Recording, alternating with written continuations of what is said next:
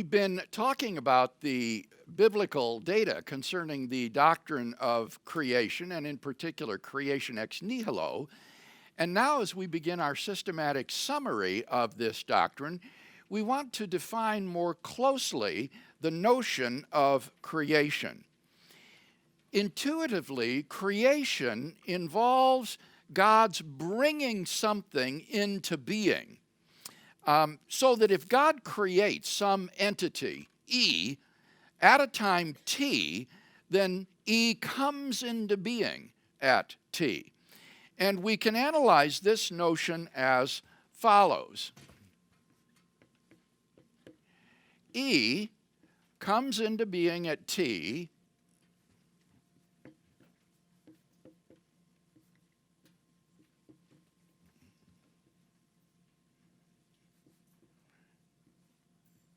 if and only if,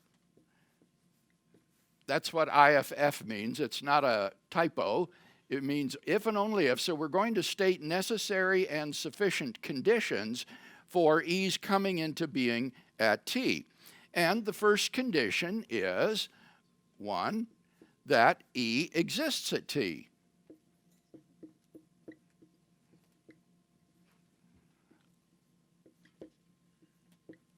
Obviously, if E comes into being at T, then E must exist at T. Secondly, T is the first time at which X exists.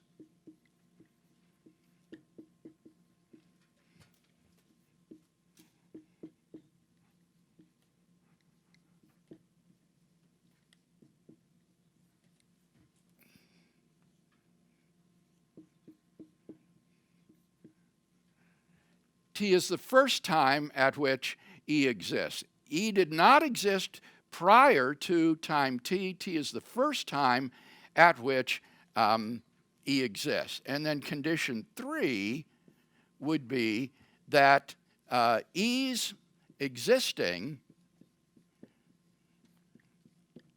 at T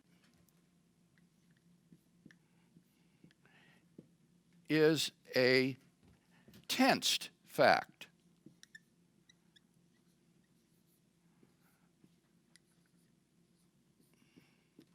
And I'll say something more about that third condition in a moment. So, E comes into being at T if and only if E exists at T, T is the first time at which E exists, and E's existing at T is a tensed fact. Now, this gives an analysis of creation. If we wanted to add that this creation is ex nihilo, then we'd need to add a fourth condition here, and that is that E does not have a material cause. That will give you then creation out of nothing. This is creation. If you add a fourth condition that E has no material cause, that will give you creation out of nothing. So this is what it is for something to come into being at a time T. So to say that God creates E,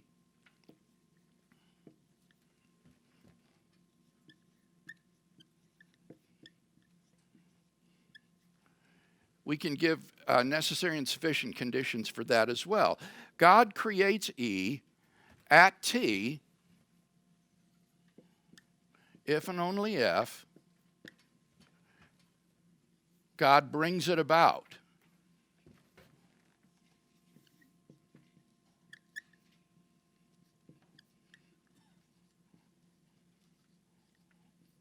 That E comes into being at T.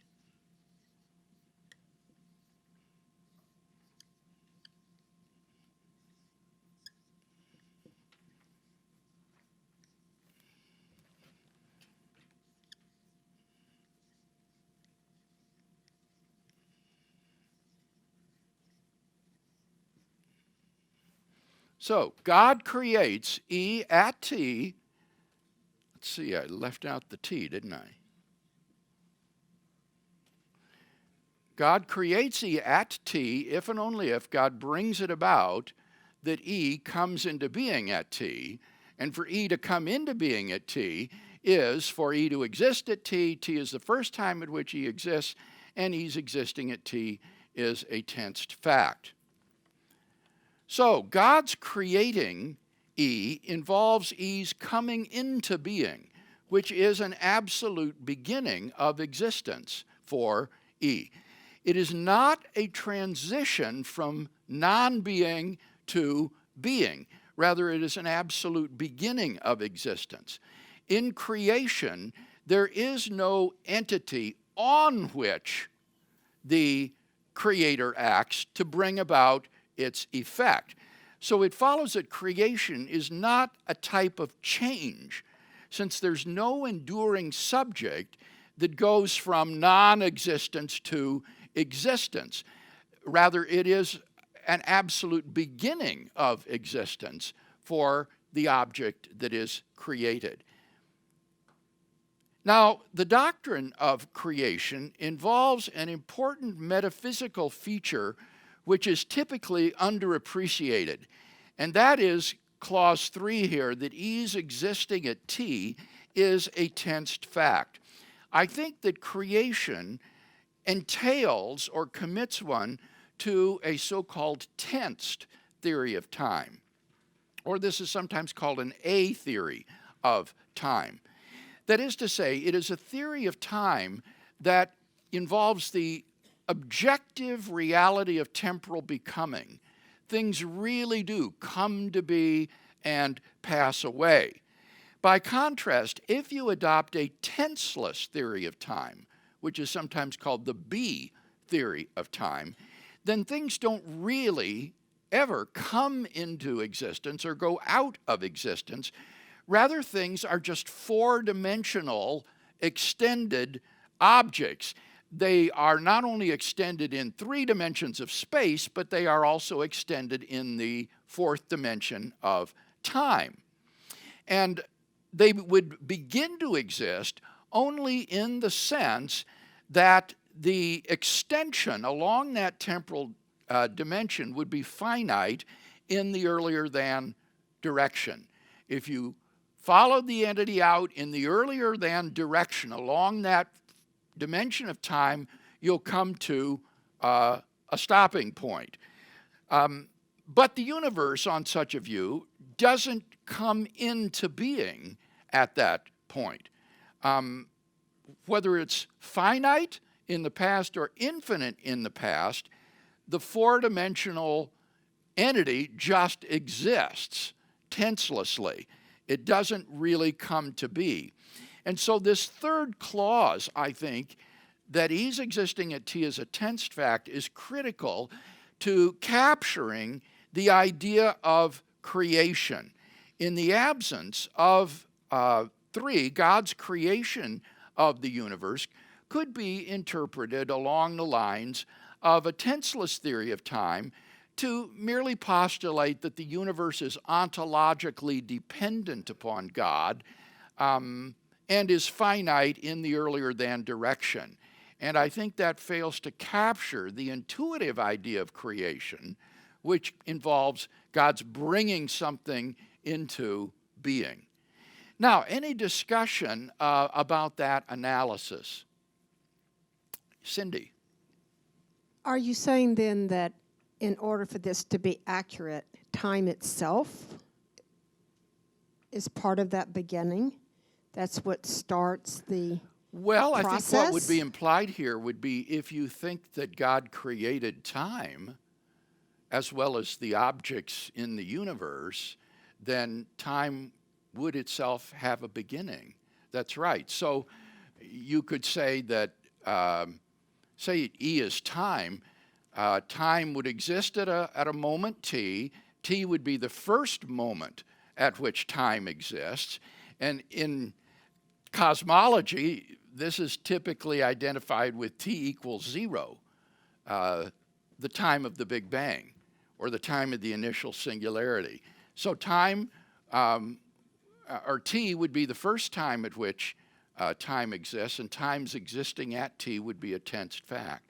So you could apply this analysis to the beginning of time itself. And that's an advantage of this analysis, because if you have a different analysis where you say something like this, E begins to exist at T if there is a time prior to T at which E does not exist, then that will lead to a self-contradiction if you apply it to time.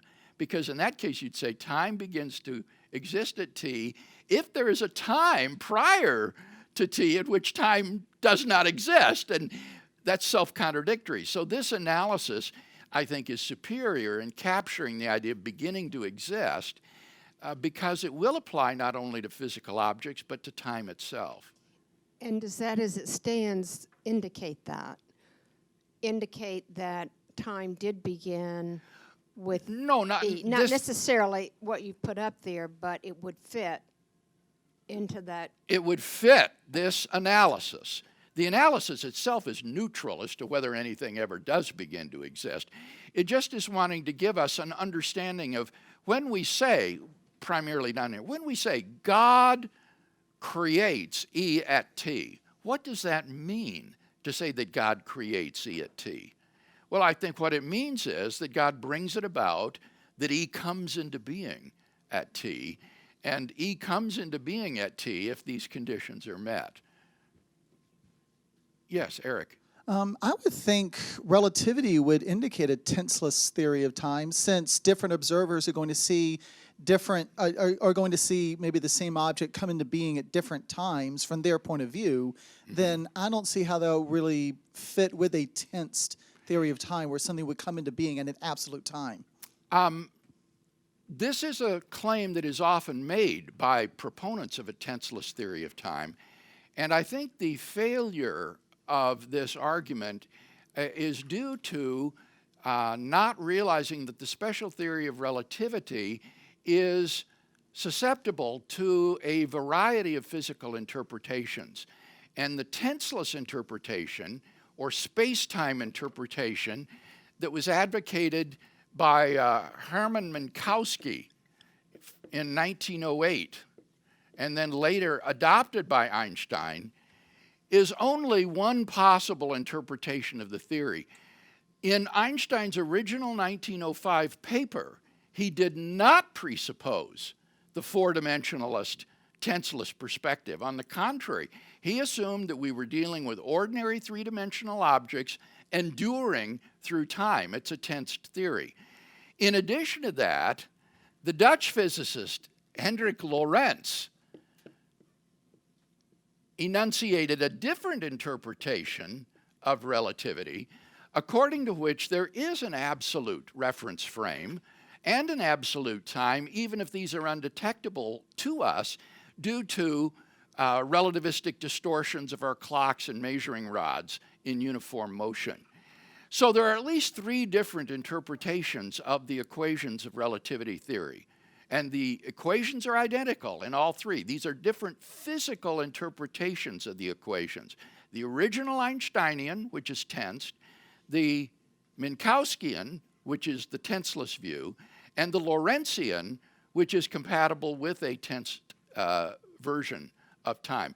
Now, I don't want to get too far off the track going into this, but if you are interested, look at my book, Time and Eternity, published by Crossway, where we go into this in much greater detail. John. Or, I'm sorry, was there a question over here that I hadn't seen? Yes, Kevin. It's my understanding that most modern scientists are Minkowskians and Yes. believe in a tenseless view. And with that being the case, then the Kalam cosmological argument is really just not applicable to them, since they believe that nothing actually began to exist. So why do then scientists like Stephen Hawking go to such great lengths to try to explain there's no beginning to the universe, if it really doesn't matter to them? Although I think that an adequate understanding of creation and beginning of existence involves a tenseless theory of time, nevertheless, there are tenseless or B theorists who would feel very uncomfortable about saying something begins to exist at a time t without a cause. Imagine on a tenseless theory of time that a horse begins to exist at, say, 3 p.m. in the afternoon in this room. even on a tenseless view, it would seem very strange that prior to that time, there is no horse in this room, and then at that time, there is suddenly a horse in the room, even if that horse is a four-dimensional object. Where did it come from and why? So even on a B theory of time, I think you can run a cosmological argument based on the beginning of the universe. But I think the argument will be much, much more powerful on a tensed or A theory of time, because then you've got something literally coming into existence, coming into being. And if there's no cause, it literally comes into being from nothing, which is, as I've often said, worse than magic. So the short answer would be, I think you can still do the cosmological argument on B theory, but it's more powerful on the A theory. And let me just say one final thing, Kevin. The reason I think that most physicists have the tenseless view is because this is what they've been taught in their textbooks. Since Minkowski, your typical physics textbook presentation of the theory of relativity will be a four-dimensionalist space-time interpretation, especially since general relativity came on the scene. So this is an almost unquestioned, unreflective result of physics textbooks and the presentation of the theory. But if you start reading literature on the philosophy of time and the philosophy of physics, you realize, well, wait a minute, you can't read the physical interpretation just off the shirt sleeve of the mathematical equations. Same is true with quantum theory. The equations of quantum theory are susceptible to 9 or 10 different interpretations physically, at least. And with relativity, I'm aware of at least 3. So one shouldn't be too impressed by just counting noses among contemporary physicists with regard to what theory of time they accept. Right over here. Yes. The criterion you've stipulated presupposes that causation is a relation between substances, whereas moderns tend to conceive of causation as a relation between events. Yeah. Well, now, it doesn't really mention causation. What it mentions is creation. And I think we'd want to say that somebody creates something, wouldn't you? I mean, that would seem strange to put in events as the subject and object of creation. Events don't create things, even if they cause things. All right, I think that's fair. Yeah. Taiwan. Dr. Craig, I think we can probably integrate the tense and tenseless theory together by looking at, God created the heaven and earth for man. There is a communication. One is an initiator, one is a recipient. And for God, everything is tenseless, but to bridge the communication, he bring it into a tensed understanding so that we can know the beginning is the beginning of our communication, that the time sets in. All right, now Taiwan's point of view is one that is not infrequently defended today by certain philosophers and theologians. The idea would be that God's existence is a sort of tenseless existence, whereas the time in which we lived is tensed. And my difficulty with those views, Taiwan, is I cannot bring them into coherent relation with each other. And I've argued this in the same book, Time and Eternity, if anyone is interested. It seems to me that in virtue of his omniscience, God would know tensed facts, like what's happening right now in the universe. But if he knows that, then that locates him with respect to the now. He knows that we are now holding our defenders class, in contrast to the Japanese attack on Pearl Harbor is over. He knows that. So his omniscience, it seems to me, would locate him in time. The other factor would be one that you mentioned, is that God's causal relationship with the universe is very difficult to understand if he is tenseless, but time is tensed, because how could God be tenselessly causing events in 2050 if those events do not in any sense exist? Remember, they're not up there on the timeline ahead waiting for us to arrive. If objective becoming is real, there are no events in 2050, and there is no time called 2050. Those are just future potentialities. So how can God be tenselessly related to them? It's very hard to see. But I don't want to say that your view is indefensible or not widely represented. This is one alternative, an alternative that I'm not persuaded by, but there are folks who would defend that view. I'd refer you back to our discussion of the attributes of God and divine eternity. That's what this is closely connected with, is how God relates to time. In fact, let me just share one other thing that nobody has mentioned, but I might as well, since you've brought up God's relationship to time. You may remember that the view that I defended was this kind of hybrid view that God is timeless without creation, but temporal since creation. So God existing alone without creation is timeless, but God's existing with creation is temporal. Well, this definition would cause a problem for that, because it would follow that God therefore begins to exist. God exists at time t. T is the first time at which God exists, and God's existing at t would be a tensed fact. And yet, intuitively, on my theory, God doesn't begin to exist at t. He begins to be temporal at t, but he doesn't begin to exist at t. So in more sophisticated renditions of these conditions, what I also add is that t is the first time at which E exists, and E does not exist timelessly. So, and that would then eliminate the problem, because God would exist timelessly without creation, and then he would exist in time at the moment of creation. Amy. I'm sorry, can you clarify the difference between timeless and tenseless? Between timeless and tenseless? Yes. Very, very good question. Thank you, Amy. On a tenseless view of time, there is a dimension or reality called time, which is ordered by relations of earlier than and later than.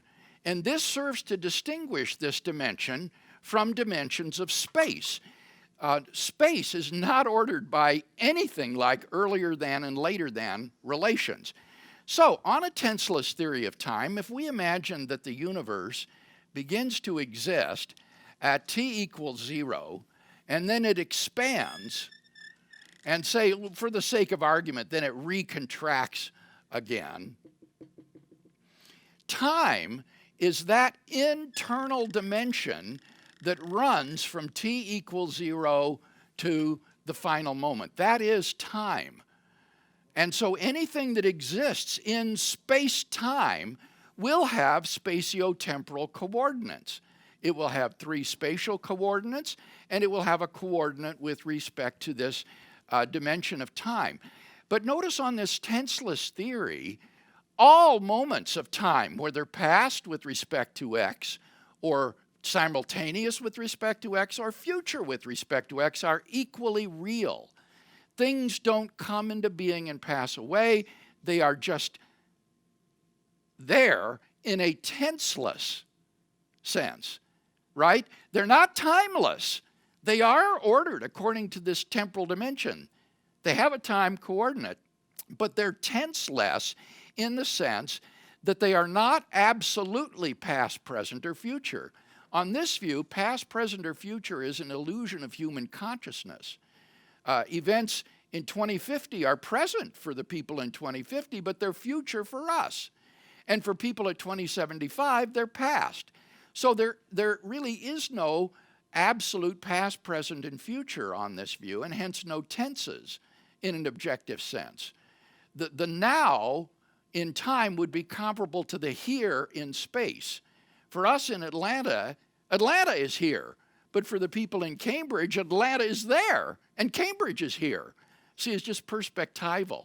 And so there are no objective tenses on this view. Now, if God does not exist in space-time, but he's out here, and he is causally creating all of the events in space-time, then God would be timeless, right? He's not in space-time. He doesn't have a temporal coordinate. So God would be timeless, but things that can be ordered according to that temporal dimension would be in tenseless time. Now let me ask Amy if that helped, if that was clear. Okay, good, good. So that highlights the difference between these two theories of time. And what I'm suggesting is that this theory of time doesn't adequately capture the idea of creation. Why? Well, because on this view, in a sense, the creation is co-eternal with God. God never exists alone. There's always this, always in quotation marks, this tenselessly existing space-time reality with God. God is not ever alone. And so he doesn't really bring the universe into being. He doesn't really create the universe. At the very most, you would just say that the universe depends on God ontologically for its existence. It would be conserved in being, but not created in being.